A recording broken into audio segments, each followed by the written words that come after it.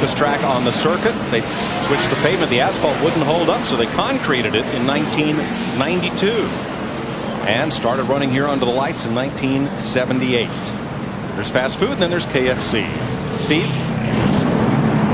As Sterling Marlin's talking to Tony Glover and Lee McCall right now, Mike, and he's saying he's a little bit loose from the center off. They're going to talk about, or they are talking about making an air pressure adjustment and a wedge adjustment when and if they do stop. Matt Yocum. Steve, during the final practice session, Jeff Gordon's biggest worry was the car not having enough forward bite up off the corner. They made some adjustments this morning. He is still loose up off the corner. He just can't get in the gas when he would like to Dick. Tony Stewart stayed on the racetrack with his number 20 car, complained he'd like to get some more forward bike, and he'd like to get a clean windshield, but he's still out there, didn't pit. Going green, guys, and that's every car out there is fighting forward bite. I mean, that's just kind of like what I'd probably tell him. Go. See, he was down about 60 miles an hour before he even gets to turn 1. He's up to 112 miles an hour, just barely at 100 miles an hour in the middle of 1 and 2. This is down the backstretch, looking at the Fox tracks, 130 miles an hour into turn 3. And of course, Larry, the problem is trying to put 800 horsepower down to this concrete. That's your problem. And you're always going to be spinning the tires and never have enough forward bite. Ward Burton was in and out of the pits there. He's back in 39th position. We had a report that they was going to try to change that battery under caution. The ignition box swap was not working. And Bobby Hamilton in the 55. That's Hermie Sadler up above a lap car, and Hamilton's lost about 8 spots because he can't get down to the bottom of the racetrack to get underneath Sadler. Now he gets a place in line. Tough break for Hamilton. It really is, because he's running pretty good. But, you know, there's certain guys that you can almost depend on to give you a break. Then you wait for one of those guys to come along. Oh, trouble on the back. 43 car around. Hard into the outside, inside wall. 43's around. Trouble on the back. Caution is out. Caution.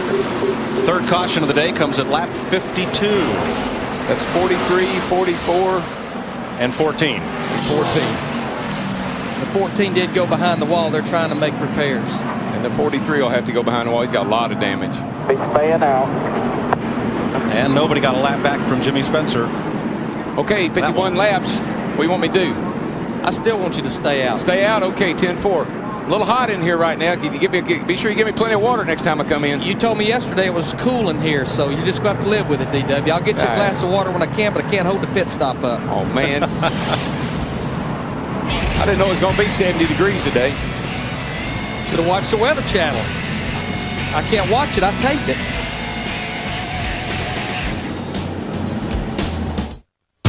NASCAR Winston Cup Series on Fox, presented by UPS, is brought to you by Singular Wireless. Never pay long distance or roaming again. It's a singular nation. 50 laps and already 3 caution flags. Lap 4, Buckshot Jones into the wall off of Steve Park. Lap 41, in the backstretch, Stacy Compton. And lap 52, John Andretti. So do the math. You're the mathematician. Every 50 laps, we're going to have 3 cautions. How many will that be? 30, just like you asked for. There you go. Kurt Busch? No, that's the 29 car. Oh, Kevin Harvick. Excuse me. Dick Berggren. I'm with Stacy Compton. He's had a tough weekend so far. Crashed yesterday in the Busch race. Now behind the wall. How bad is this race car? Well, it's pretty bad right now. Hated for these guys with Conseco Pontiac. We're running good. Just got under a car out there, and we touched a little bit getting up off the corner, and it's Bristol. I hate it for these guys. I tell you what, this team is about to turn a corner. We just can't find any luck right now. Hopefully we'll get some luck going our way, and we'll be back next week. Okay, they're beating on it to Steve Burns. Well, Dick, Michael Waltrip's having a lot of problems here early in the race. He's been on pit road no less than 4 times. They adjusted the tow out, and Michael Waltrip was afraid that they adjusted it the wrong way. So they've had to come back in, take a look at it, and they're expecting him to hit pit road again. Yeah, we got the 12 car on pit road here, Larry. He's taking on, looks like he thinks, he must have some damage to the left rear there. Scared the left rear tire was rubbing the quarter panel. He was actually one of the cars that pitted on lap 45, Dick Berggren. Yeah, that's the problem, all right. The 12 car, Ryan Newman, has had contact with another driver. He had a flat tire, so this is the second pit stop he has made to try and repair the damage to that automobile. All right, we're getting set for the restart. They want us to crank it up, and we shall. gonna crank it up, baby.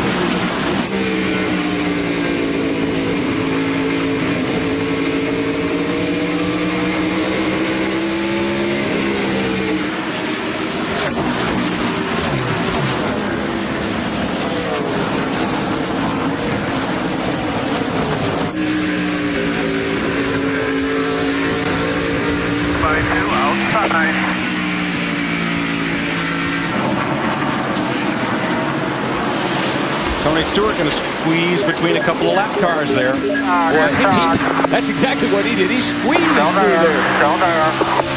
That's what you got to have. You got to have a car that you drive where you want it to go, not one that's kind of driving you. But Darrell, we watched this car yesterday in practice. He by far had the best race car. That car was digging down there at the bottom of the racetrack. I think the question was, can Tony go 500 laps here today? If he doesn't give out physically, his car is there for him. But you know what makes him feel a lot better is that race car is a good race car. Oh, yeah. Leaders. Like Jeff Gordon was all the way underneath Jimmy Spencer down the front stretch. Here he goes again. Whoa, Spence. Now, Spence, you'd get mad if he did that to you. Clear low. Give him some room, bud. He's faster than you are. 150,000 seats, and nobody is sitting in them. Everybody's on their feet watching this. Gordon gave him a boost. Had to let him know that he meant business. Right now, Jimmy's up in that second groove, and just no grip up there right now. He just can't get a bite.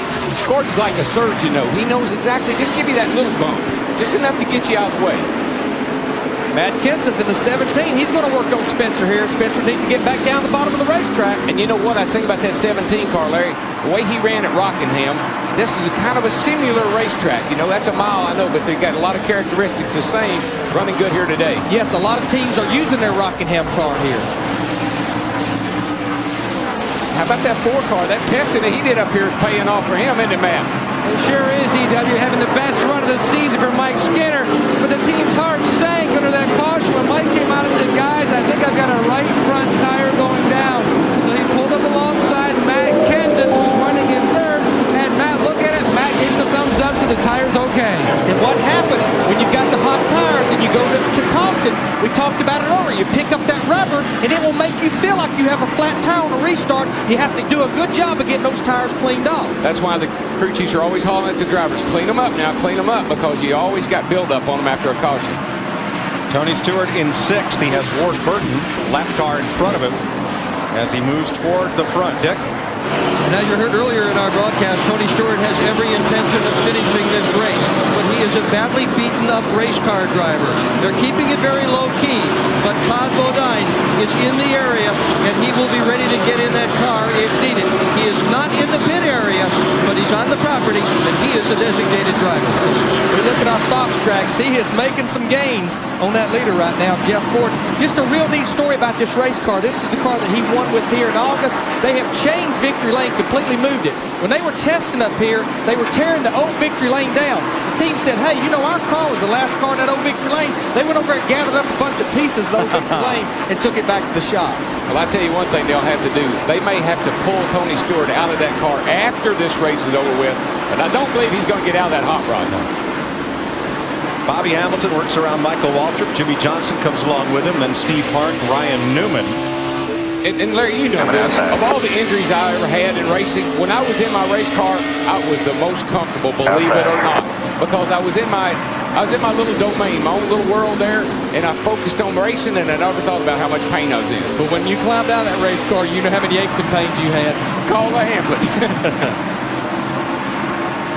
Newman, Kyle Petty, Rick Bast, and then the leader, Jeff Gordon. Steve? Mike, just a quick follow-up on Michael Waltrip. I mentioned he was on pit road 4 times. On one of those efforts, Kyle Petty got into him, and there's a lot of damage to the left front corner of that 15 car. In fact, his crew has already gone back into the garage to the crash cart.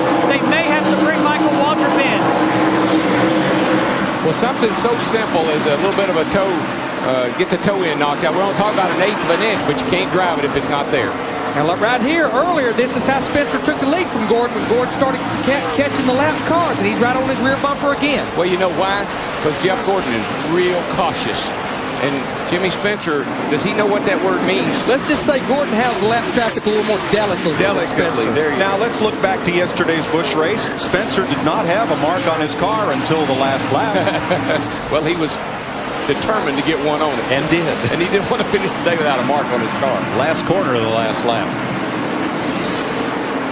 They work under Rick Mast.